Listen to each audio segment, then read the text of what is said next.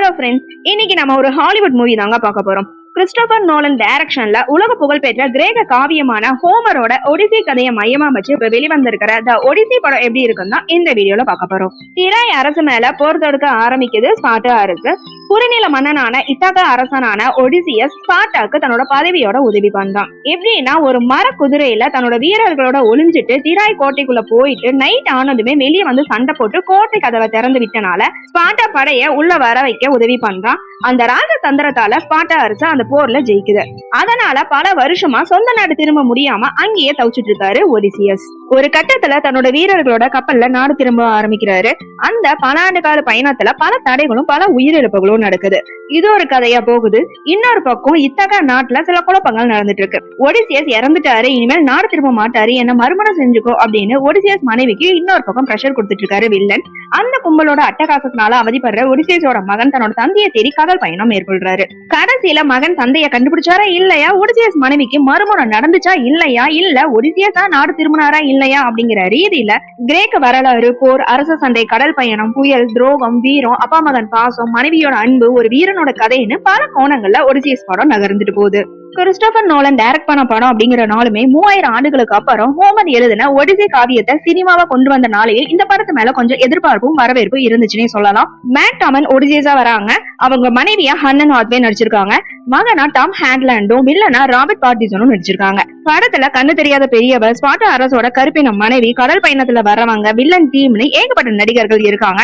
கொஞ்ச நேரத்துக்கு ஒரு தடவை புது புது கேரக்டர்ல அறிமுகம் ஆயிட்டு கொஞ்சம் சர்ப்ரைஸும் கொடுத்திருக்காங்க. அதுல வர கேரக்டர் எல்லாமே பாக்குறதுக்கு கொஞ்சம் புதுசாவே இருக்கு. பிரம்மாண்டமான ஹாலிவுட் படமா இருக்கு. வரலாற்று கதை வேற கொண்டு வந்திருக்காங்க. கிறிஸ்டோபர் நோலன் வேற டைரக்ட் பண்ணிருக்காரு அப்படிங்கிற எதிர்பார்ப்புக்கு ஏத்த மாதிரியே மிரள வைக்கிற காட்சிகள் நிறையவும் இருக்கு, ஆச்சரியமாவும் இருக்கு.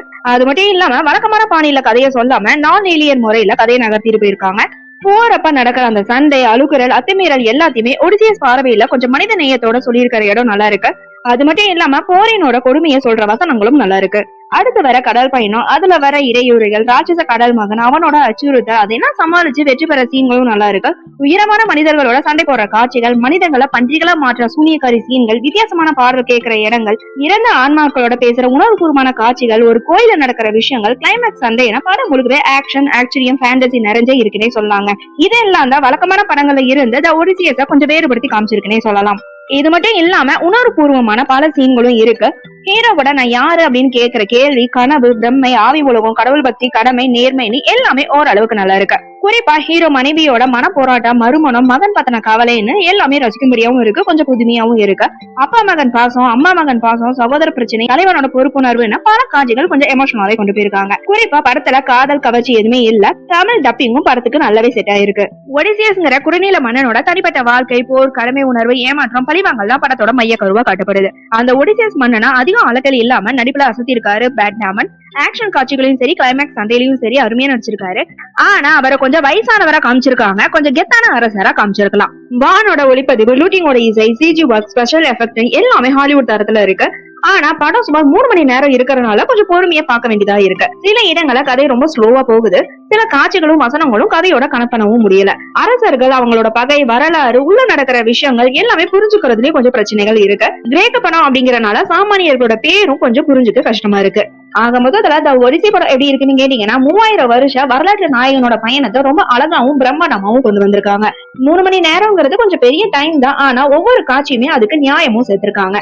கொஞ்சம் பொறுமையோட பார்த்தோம் அப்படின்னா ஒரு வரலாற்று கதையை பார்த்த அனுபவம் கண்டிப்பா கிடைக்கும். ஓகே ஃப்ரெண்ட்ஸ், நெக்ஸ்ட் வீடியோல பார்க்கலாம். இந்த வீடியோ உங்களுக்கு பிடிச்சிருந்தா லைக், ஷேர், சப்ஸ்கிரைப் பண்ணுங்க. தேங்க்யூ.